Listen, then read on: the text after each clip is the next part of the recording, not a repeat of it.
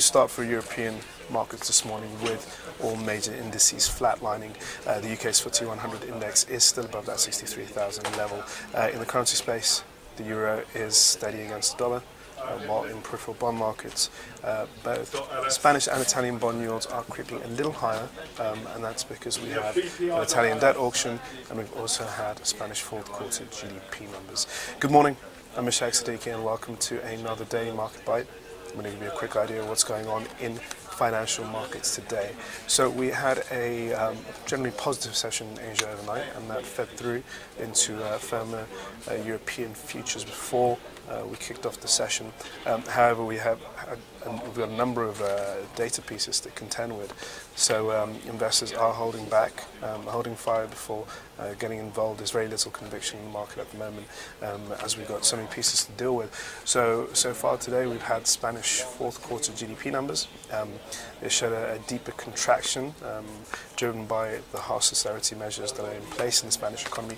Interesting that yesterday European Commissioner Olli Rehn, he mentioned that the EU could possibly look at relaxing Spain's budget measures, given if there's a further deterioration in the Spanish economy. That seems to be the case after today's GDP numbers. So there's a lot of focus on Spain, and possibly the whole idea of a Spanish bailout may come back into the markets at some point, perhaps as we head into the Italian elections, as we're going to have increased pressure on the periphery going into February.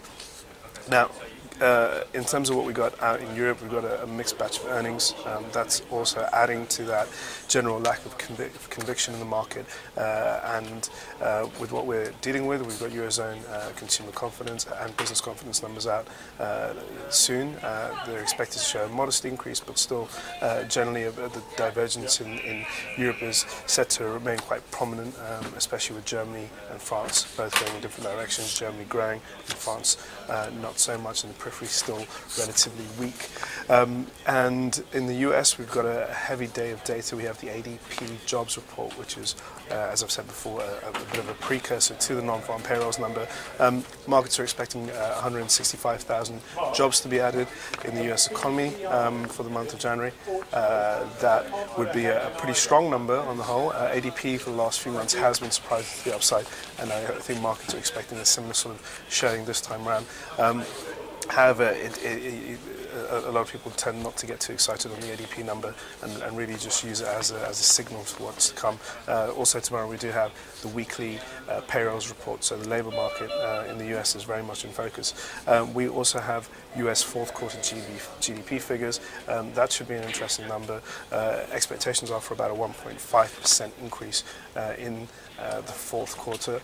If we see a slippage, a lot of people will blame the worries about the fiscal cliff as being the big driver behind the contraction in the US economy.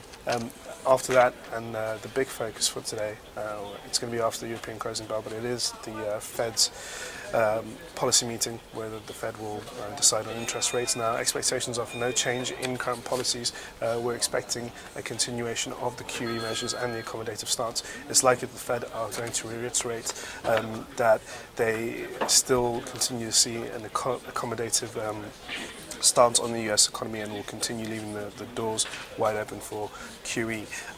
But at the same time, there is a slow pickup in the US economy with the fact that the labour market is still far away, well, the unemployment rate is still far away from that 6.5% mark that the Fed would like to target before they start looking at their QE measures and possibly halting them.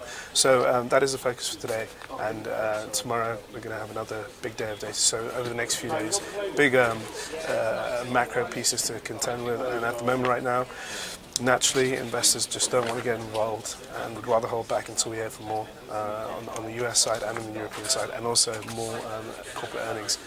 So thank you for watching your Daily Market Bite, and tune in for another one tomorrow.